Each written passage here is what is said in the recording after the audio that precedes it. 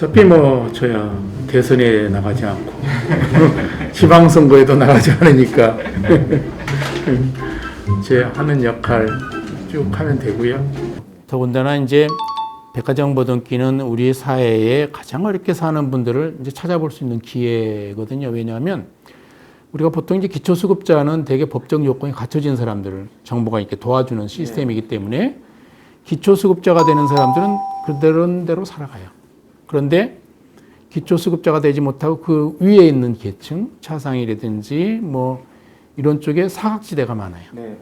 그러니까 실제로는 기초수급자보다 훨씬 어려운데 그런 혜택을 못 받는 거예요. 예를 들면 할머니가 소녀딸만 데리고 살고 자식들은 행불인 경우, 주민등록은 올라가 있고 뭐 이런 경우들이 있어요. 실제 상황인데 뭐 자기 딸이 그 손녀딸 데리고 재혼해서 원주를 시집 갔는데 거기서 그냥 야반도주 해버리고 그러면 그 손녀딸이 아무 연고도 없는 사람하고 살게 되잖아요. 그래서 그 데리고 와서 폐유지 팔아가지고 사는 할머니인데 월 40만 원 가지고 둘이 사는 거예요. 그리고 그거라도 조금 저금해 놓으면 딸이 어쩌다가 와가지고 그것마저도 훔쳐가고 뭐 이런 상황. 그러면 이런 가정들이 실제로 많이 있단 말이에요. 그러니까 그런데 그 어려움의 사정은 가정마다 다 달라요. 되게 행복에 대한 가정들은 행복의 요소들은 되게 비슷해. 그런데 어려운 가정들은 다 경우의 수가 다 달라요. 제가 방문해 보면.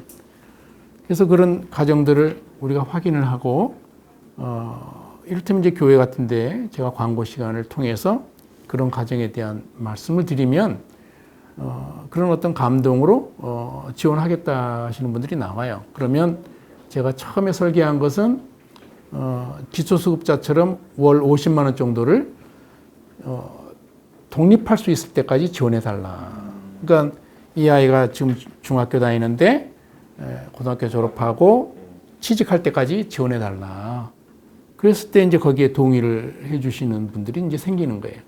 그러니까 교회의 사명이 뭐냐? 한 가정, 한 생명이라도 살려야 되는 거니까 뭐 두 가정 해달라는 거 아니다. 한 생명만 지원해달라. 이런 식으로 해서 이제 후원자들을 모으고 그리고 그 후원자들은 여기 와서 결혼식을 합니다. 내가 어떤 사람을 도와주는지 또 후원을 받는 사람은 어떤 분이 나를 도와주는지 그 결혼식하고 그 이후로는 만나질 않습니다. 그거는 이제 사회복지 공동모금회를 통해서 후원 결연 계좌를 만들고 거기서 지정 후원 계좌 결연을 해서 자동으로 돈이 이체가 되고 그리고 우리는 사후 관리만 해요. 구청은 복덕방 노릇만 하지 현금이 저희한테 오거나 그러지는 않습니다.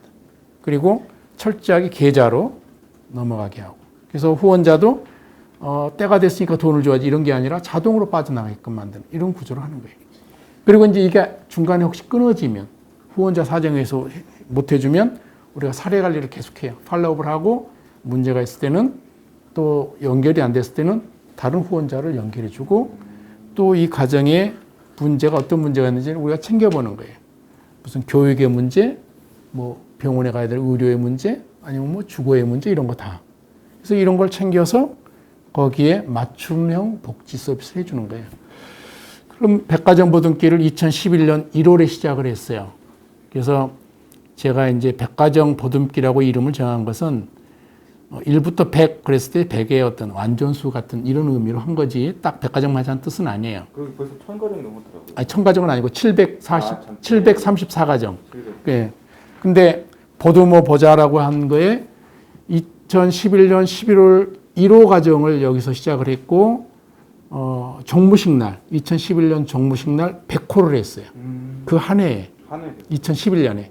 그런데 해보니까 1년에 100호 가정씩 하려면 매달 10가정 정도는 해야 되고 10명의 후원자가 있어야 돼요.